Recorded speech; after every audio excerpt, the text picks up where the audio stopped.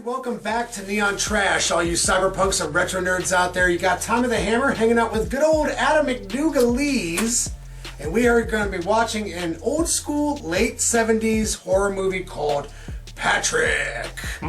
So I have a vague memory of watching this movie back in the day, but it's been so long that I don't really remember too much about the old Patrick movie. What about you, Doogleez? Well, just first of all, just to clarify, this isn't St. Patrick's, so no leprechauns running through this film. No. It's actually like, I think it's in the whole like crazy psychic genre that kind of got kick-started with Carrie. Heard about this film, never got the chance to watch it though until now. And then Tom comes up with this beautiful looking old school VHS and it's like, whoa. Yeah. I might have to check this puppy out. That's right, guys, and you know how we roll on the old Neon Trash. Check out that motherfucking trailer. Peep that shit. And when we get back, you guys are gonna have our opinions on Patrick. See if it blows our minds. Whoa.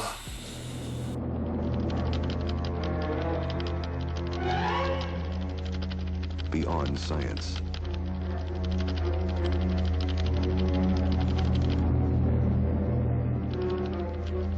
Beyond the 5 known senses.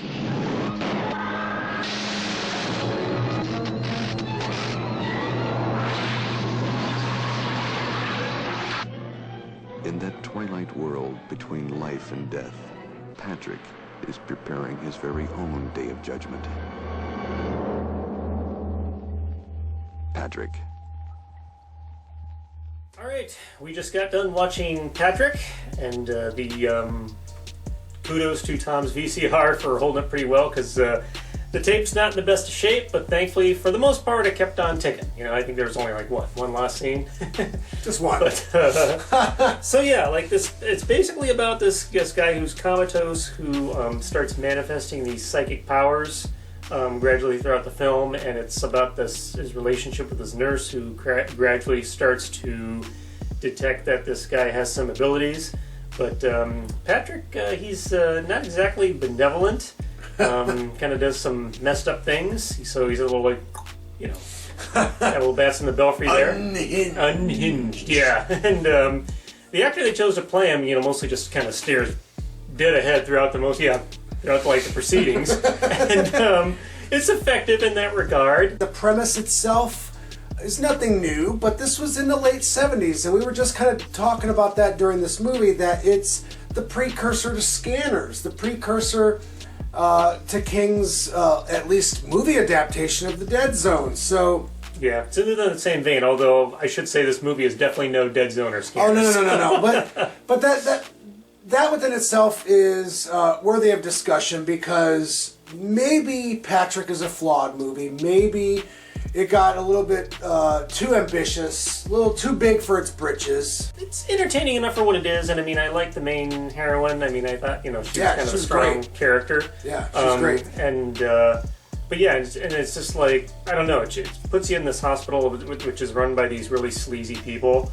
And so there's some sympathy. Maybe you want some of these people to get whacked. But it kind of like, I felt they kind of skimped on that a little bit. And once again, it kind of goes into the theme of like, it had potential, but it just didn't quite, you know, psychically reach that point, so to speak. So yeah, I mean, like, you know, this is, you know, just kind of a good movie just to kind of kick it with and watch. But I don't know. It just could have been more. Overall, I'd have to just go right down the middle. I mean, it was entertaining, but yeah, I don't know if it was really anything to write home about it in the end of the day, so I'll just give it about a 5.5. Ooh, okay. There's better movies in the genre, but I think I'm gonna have to go. I'll share Adam's 5.5 sentiment with the possibility of going to 6. You psychically read my mind. Whoa, see, there we go. Whoa. Yeah, and good old Patrick. Yes. Somehow coming up short and meeting our expectations all at once. So all we do is just stare ahead, just like he does. I hope we've been informative.